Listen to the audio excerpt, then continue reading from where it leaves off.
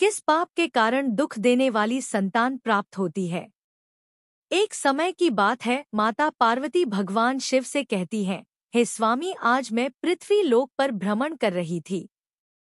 तब मैंने देखा कि हर मनुष्य की दूसरी संतान अपने ही माता पिता को दुख दे रही है और उनकी आज्ञा का पालन नहीं कर रही है तथा उन्हें घर से बाहर तक निकाल रही है। हे स्वामी, आखिर कलयुग में इतना पाप क्यों बढ़ रहा है? कृपा करें और मेरी जिज्ञासा को शांत करें। तब भगवान शिव कहते हैं, हे देवी पार्वती, अभी कलयुग चल रहा है और जिस घटना की आप बात कर रही हैं, वह भी एक गाय का ही श्राप है, जिस कारण से मनुष्य की संतान आज उन्हें दुख दे रही हैं। तब माता पार्वती अत्यंत उत्सुकता के साथ कहती है, हे स्वामी, वह कौन सा श्राप है और क्यों दिया एक गाय ने मनुष्य को श्राप? तब भगवान शिव कहते हैं, हे देवी पार्वती, आज मैं आपकी सारी शंका को दूर करता हूँ, किंतु आपको इस कथा को पूरा ध्यान से सुनना होगा और मानव जाति के कल्याण हेतु इसका प्रसार भी करना होगा। जो भी स्त्री तथा पुरुष इस कथा का श्रवण करेगा, उसके सारे पाप नष्ट हो जाएंगे और उसे मुक्ति मिल जाएगी और उन पर मेरी कृपा दृष्टि सदैव बनी रहेगी। फिर माता पार्वती कहती हैं, हे स्वामी, मैं ऐसा ही करूंगी। मेरा सौभाग्य है जो इस कथा का श्रवण करने का अवसर आज मुझे मिला है। फिर भगवान शिव कहते हैं, हे देवी पार्वती, इस विषय में अब हम आपको एक प्राचीन कथा सुनाते हैं, आप ध्यान से सुनो। फिर भगवान शिव कथा सुनाना शुरू करते हैं। पूर्व काल की बात है, तभी कलयुग की शुरुआत होने वाली थी और कलयुग का असर मनुष्य जीवन पर पड़ रहा था। तुंगभद्रा नदी के तट पर एक उत्तम नगर बसा हुआ था। वहां सभी वर्गों के लोग अपने अपने धर्म का पालन करते थे और सत्य एवं सत्कर्म में लगे रहते थे। उस नगर में रघुवीर नाम का एक ब्राह्मण रहता था, जो कि समस्त वेदों का विशेषज्ञ और सभी प्रकार के धार्मिक कार्यों में आगे रहता था। वह ब्राह्मण दूसरे सूर्य की तरह अत्यंत तेजस्वी जान पड़ता था। रघुवीर धनवान ब्राह्मण होने के बावजूद भिक्षा मांगते हुए जीवन निर्वाह करता था।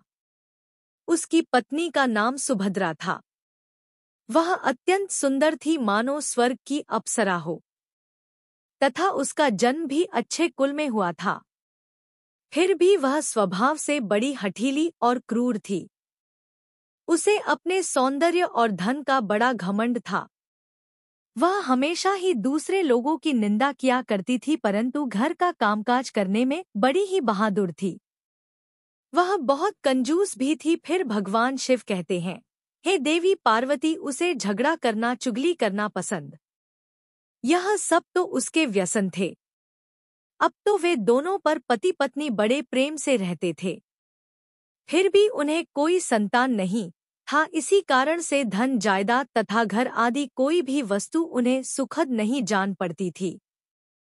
कुछ समय के पश्चात उन्होंने संतान प्राप्ति के लिए एक धर्म यज्ञ किया। वे गरीबों को सदा गो, भूमि, सुवर्ण और वस्त्र आदि दान करने लगे। उन्होंने अपने धन का आधा भाग धर्म के मार्ग में खर्च कर दिया था। फिर भी उन्हें ना कोई पुत्र या पुत्री हुआ। इस कारण से ब्राह्मण को बड़ी चिंता हुई और वह अत्यंत दुखी होकर एक दिन घर छोड़कर वन में चला गया। वन में चलते चलते वहां दोपहर के समय उसे प्यास लगी, इसलिए वह एक नदी के किनारे गया और वहां जल पीकर बैठ गया। संतान न होने के चिंता कारण उसका सारा शरीर सूख गया था। वह अत्यंत कमजोर और दुखी रहने लगा था, मानो जैसे कि उसके शरीर में प्राण नहीं हो। फिर भगवान शिव कहते हैं, हे देवी पार्वती, उस ब्राह्मण की पूजा पाठ और ईश्वर भक्ति को देखकर भगवान श्री हरि विष्णु एक सन्यासी का रूप धारण करके उसी नदी के पास जा पहुँचे। सन्यासी वहां आए, उन्होंने भी नदी में से जल पिया और दूसरे तरफ बैठे ब्राह्मण को देखा। तब वह ब्राह्मण उस सन्यासी को देखकर उनके चरणों में मस्तक झुकाकर जोर जोर से सांस लेते हुए उनके सामने खड़ा हो गया। तब सन्यासी ने पूछा, हे ब्राह्मण, तुम रोते क्यों हो? तुम्हें कौन सी चिंता सता रही है? तुम शीघ्र ही मुझे अपने दुख का कारण बताओ। फिर ब्राह्मण ने कहा, हे मुनि, मैं अपना दुख क्या कहूँ? यह सब मेरे पूर्व जन्म के पाप का संचित फल है। मेरी कोई संतान नहीं है, इसे मेरे पितर भी दुखी हैं। मेरे पूर्वज मेरे दी हुई जलास को जब पीने लगते हैं, उस समय उनकी दयनीय अवस्था देखकर मेरा हृदय विचलित होता है। देवता और ब्राह्मण भी मेरी दी हुई वस्तुएं प्रसन्नता पूर्वक नहीं लेते हैं। संतान के दुख से मेरा संसार सुनासा हो गया है। अतः अब मैं यहाँ इस नदी में प्राण त्यागने के लिए आया हूँ। संतानहीन पुरुष का जीवन धिक्कार के योग्य है। जिस घर में कोई संतान या कोई बाल बच्चे ना हो, वह घर भी धिक्कार देने योग्य है। निसंतान पुरुष के धन को भी धिक्कार है तथा संतानहीन कुल भी धिक्कार के योग्य ही है। मैं अपने दुर्भाग्य को कहाँ तक बताऊं हे मुनि। में जिस गाय को पालता हूँ वह भी सर्वथा वंध्य हो जाती है। मैं जिस वृक्ष को रोकता हूँ उस वृक्ष में भी फल नहीं लगते। इतना ही नहीं, मेरे घर में बाहर से जो फल आता है वह भी शीघ्र ही सूख जाता है। जब मैं ऐसा अभागा और संतानहीन हूँ तो इस जीवन को रखने से क्या लाभ है। इतना कहकर वह ब्राह्मण दुख से व्यथित हो उठा और उस सन्यासी बाबा के पास फूट फूट कर रोने लगा।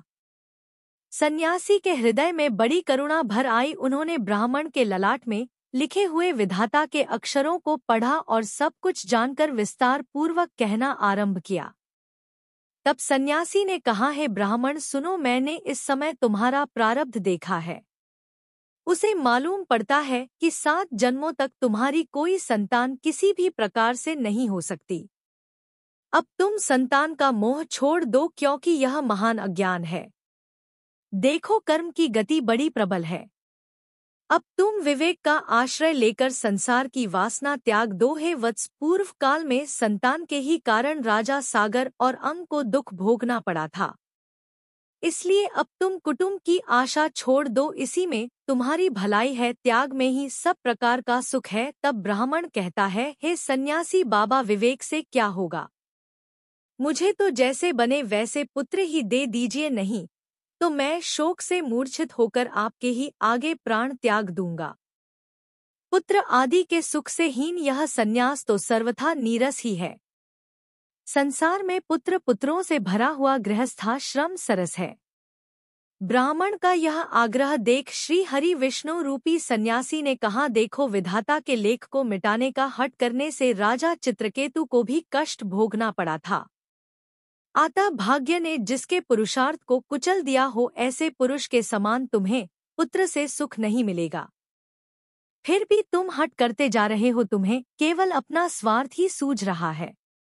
अतः मैं तुमसे क्या कहूँ। फिर भगवान शिव कहते हैं, हे देवी पार्वती। अंत में ब्राह्मण का बहुत आग्रह देख सन्यासी ने उसे एक फल दिया और कहा, इसे तुम अपनी पत्नी को खिला देना, इस फल के बीज के कारण उसे एक पुत्र होगा।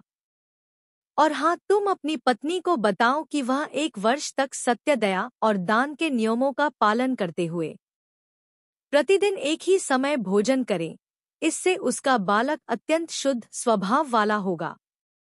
ऐसा कहकर वह सन्यासी चले गए और ब्राह्मण अपने घर लौट आया। यहाँ उसने अपनी पत्नी के हाथ में वह फल दे दिया तथा उसे फल के कठोर नियमों को समझाकर वह स्वयं कहीं चला गया। उसकी पत्नी तो कुटिल स्वभाव की ही थी। वह अपनी सखी के आगे रो रो कर इस प्रकार कहने लगी, अरे सखी, सुनती हो, मुझे तो भारी चिंता हो रही है। मैं तो इस फल को नहीं खाऊंगी। इस फल को खाने से मुझे गर्भ रहेगा और गर्भ से पेट बढ़ जाएगा, फिर तो मेरा खाना पीना कम होगा। इस कारण से मेरी शक्ति भी घट जाएगी। ऐसी दशा में तुम ही बताओ, घर का काम धंधा कैसे होगा। यदि किसी कारणवश गांव में लूट पड़ जाए तो गर्भिणी स्त्री भाग कैसे सकेंगी। यदि कहीं सुखदेव जी की तरह यह गर्भ 12 वर्षों तक मेरे पेट में ही रह गया तो इसे बाहर कैसे निकाला जाएगा। यदि कहीं प्रसव काल में बच्चा टेढ़ा हो गया तब तो मेरी मौत ही हो जाएगी। बच्चा पैदा होते समय बड़ी असहाय पीड़ा होती है, ऐसा भी मैंने सुन रखा है। मैं तो सुकुमारी स्त्री हूँ, भला उसे कैसे सह सकूंगी गर्भवती अवस्था में, जब मेरा शरीर भारी हो जाएगा। और चलने फिरने में आलस्य लगेगा और यह नियम का पालन तो मेरे लिए बहुत ही कठिन दिखाई देता है। जिस स्त्री की संतान होती है उसे बच्चों के लालन पालन में भी कष्ट भोगना पड़ता है। मैं तो समझती हूँ कि बांझ अथवा विधवा स्त्रियां ही अधिक सुखी होती है। इस प्रकार का तर्क लगाते हुए उस ब्राह्मणी ने फल को नहीं खाया। जब पति ने पूछा कि तुमने फल खाया तो उसने कह दिया, हाँ खा लिया। फिर एक दिन उसकी बहन कल्याणी उसके घर मिलने आई। तब सुभद्रा ने उसके आगे अपना सारा वृतांत सुनाकर कहा, बहन मुझे इस बात की बड़ी चिंता है कि संतान न होने पर मैं पति को क्या उत्तर दूंगी। इस दुख के कारण मैं दिन पर दिन कमजोर होती जा रही हूँ। बताओ मैं क्या करूं? तब उसकी बहन ने कहा, दीदी आप चिंता मत करो, मेरे पेट में भी बच्चा है, प्रसव होने पर वह बालक मैं तुमको दे दूंगी। तब तक तुम गर्भवती स्त्री की भांति घर में छिपकर मौन से रहो। तुम मेरे पति को धन दे देना, इससे वह अपना बालक तुम्हें दे देंगे तथा लोगों में इस बात का प्रचार कर देंगे कि मेरा बच्चा 6 महीने का होकर गर्भपात होने से मर गया। मैं प्रतिदिन तुम्हारे घर में आकर बच्चे का पालन पोषण करती रहूंगी। तुम इस समय फल की परीक्षा लेने के लिए इसे तुम्हारी नंदा गाय को खिला दो। तब उसने कुटिल स्वभाव के कारण वह सब कुछ वैसे ही किया। समय आने पर उसकी बहन को एक पुत्र हुआ। बच्चे के पिता ने बालक को लाकर एकांत में सुभद्रा को दे दिया और उसने अपने स्वामी को सूचना दे दी कि हमें पुत्र रत्न की प्राप्ति हुई है और कोई कष्ट नहीं हुआ। रघुवीर के यहाँ पुत्र होने से नगर में बड़ी प्रसन्नता हुई। ब्राह्मण ने बालक का जात कर्म संस्कार करके ब्राह्मणों को दान दिया। उसके घर में नाना प्रकार के मांगलिक उत्सव होने लगे। तब सुभद्रा ने पति से कहा, मेरे स्तनों में दूध नहीं है, फिर गाय बहन आदि अन्य जीवों के दूध से मैं बालक का पोषण कैसे करूंगी? जी सुनते हो, मेरी बहन को भी बचा हुआ था किंतु वह मर गया है। आता अब उसी को बुलाकर घर में रखिए, वही आपके बालक का पालन पोषण करेगी। उसके पति ने पुत्र के जीवन रक्षा के लिए वह सब कुछ किया। फिर उन्होंने उसका नाम देव शरण रखा। 3 माह बीतने के बाद श्री हरि विष्णु के फल के आशीर्वाद से ब्राह्मण की गाय नंदा ने भी एक मनुष्य के बालक को जन्म दिया, जो सर्वांग सुंदर दिव्य निर्मल तथा सुवर्ण के जैसे क्रांति वाला था। उसे देखकर आत्मदेव को बड़ी प्रसन्नता हुई और उसने स्वयं ही बालक के सब संस्कार किए। यह आश्चर्य का समाचार सुनकर सब लोग उसे देखने के लिए आए और आपस में कहने लगे, देखो भाई, इस समय रघुवीर का कैसा भाग्य उदय हुआ है। कितने आश्चर्य की बात है कि गाय के पेट से भी देवता के समान रूप वाला बालक उत्पन्न हुआ। किंतु देव योग से किसी को भी इस गुप्त रहस्य का पता न लगा। उस बालक के कान गौ के समान थे। यह देखकर रघुवीर ने उसका नाम गोकर्ण रख दिया। फिर भगवान शिव कहते हैं, हे देवी पार्वती, एक दिन की बात है जब रघुवीर कहीं बाहर गया हुआ था और सुभद्रा की बहन भी बीमार पड़ गई थी, इसलिए उसे ही दोनों बालकों को संभालना पड़ रहा था। तभी उसने नंदा गाय का दूध निकालकर केवल अपने ही पुत्र को पिलाया और गोकर्ण को नहीं दिया, तथा वह हमेशा गोकर्ण को द्वेष करती थी, उसे बहुत मारती पीटती थी और हमेशा अपशब्द कहती थी। फिर उसी दिन सुभद्रा के मन में विचार आया कि आज घर पर कोई नहीं है यही सही मौका है इसे ठिकाने लगाने का, क्योंकि भविष्य में गोकर्ण भी उसकी जायदाद का वारिश बनने वाला था, जबकि उसका ही पुत्र इस सारे धन का अकेला वारिश होगा। इसलिए उसके कुटिल स्वभाव में यह विचार आया कि क्यों ना मैं इसे आज जहर देकर मरवा दूं। और उसने ऐसा ही किया। तब वह दोनों बालक मात्र 1 वर्ष आयु के ही थे। फिर सुभद्रा ने गोकर्ण को उसी की मां नंदा के दूध में जहर मिलाकर उसे पिला दिया, किंतु वह तो स्वयं भगवान श्री हरि विष्णु का आशीर्वाद था, इसलिए वह विष के कारण तड़पते हुए अपनी मां के पास रंगते हुए जा पहुंचा। नंदा गाय अपने पुत्र की ऐसी हालत देखकर वह अत्यंत दुखी हो गई और उसने भगवान शिव का स्मरण करते हुए अपने बच्चे का विष हरने का करुण विलाप किया। तभी भगवान शिव के तेज के कारण वह बालक तुरंत ही ठीक हो गया।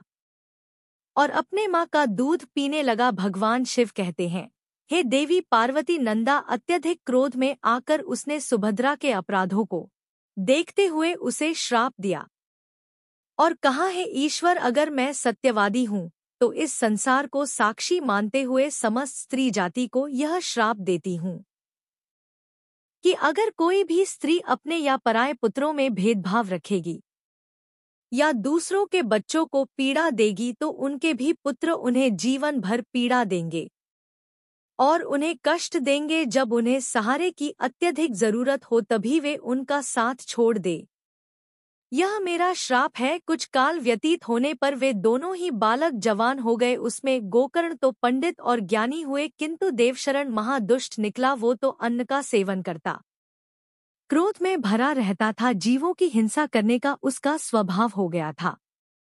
वह हमेशा हथियार लिए रहता और दीन दुखियों तथा अंधों को कष्ट पहुंचाया करता था। उसने वैश्य के कुसंग में पड़कर पिता का सारा धन बर्बाद कर दिया। एक दिन तो माता पिता को खूब पीटकर वह घर के सारे बर्तन उठा ले गया। इस प्रकार धनहीन हो जाने के कारण बेचारा बाप फूट फूट कर रोने लगा और वह बोला, इस प्रकार पुत्रवान बनने से तो पुत्रहीन रहना ही अच्छा है। कुपुत्र बड़ा ही दुखदाई होता है। अब मैं कहाँ रहूं, कहाँ जाऊं, कौन मेरा दुख दूर करेगा? मुझ पर बड़ा भारी कष्ट पहुंचा है। अब तो मैं इस दुख से अपना प्राण ही त्याग दूंगा। भगवान शिव कहते हैं, हे देवी पार्वती। इसी समय सत्यवान गोकर्ण वहां आए और वैराग्य का महत्व दिखला हुए अपने पिता को समझाने लगे, पिताजी, इस संसार में कुछ भी सार नहीं है। दुख ही इसका स्वरूप है। यह जीवों को मोह में डालने वाला है। भला यहाँ कौन किसका पुत्र है और कौन किसका धन जो इनमें आसक्त होता है? उसे ही रात दिन जलना पड़ता है। इंद्र अथवा चक्रवर्ती राजाओं को भी कोई सुख नहीं है। सुख तो बस एकांतवासी वैराग्यवान मुनि को ही है। संतान के प्रति जो आपकी ममता है यह महान अज्ञान है। इसे छोड़िए, क्योंकि मोह में फंसने से मनुष्य को नरक में ही जाना पड़ता है। औरों की तो बात ही क्या है। आपका यह प्रिय शरीर भी एक ना एक दिन नष्ट हो जाएगा, आपको छोड़कर चल देगा। इसलिए आप अभी से सब कुछ छोड़कर वन में चले जाइए। गोकर्ण की बात सुनकर उनके पिता रघुवीर वन में जाने के लिए मान गए और बोले, हे पुत्र, मुझे वन में रहकर क्या करना चाहिए, यह विस्तार पूर्वक बताओ। मैं दुखी आत्मा हूँ। अब तक कर्म वर्ष स्नेह के बंधन में बंकर मैं अपंग की भांति इस ग्रह रूपी अंधेरे कुएं में ही पड़ा हुआ हूँ।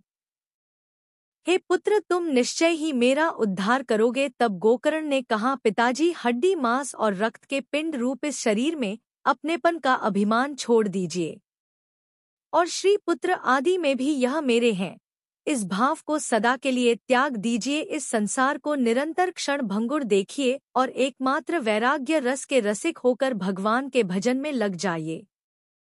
सदा ही भगवत भजन रूप दिव्य धर्म का ही आश्रय लीजिए।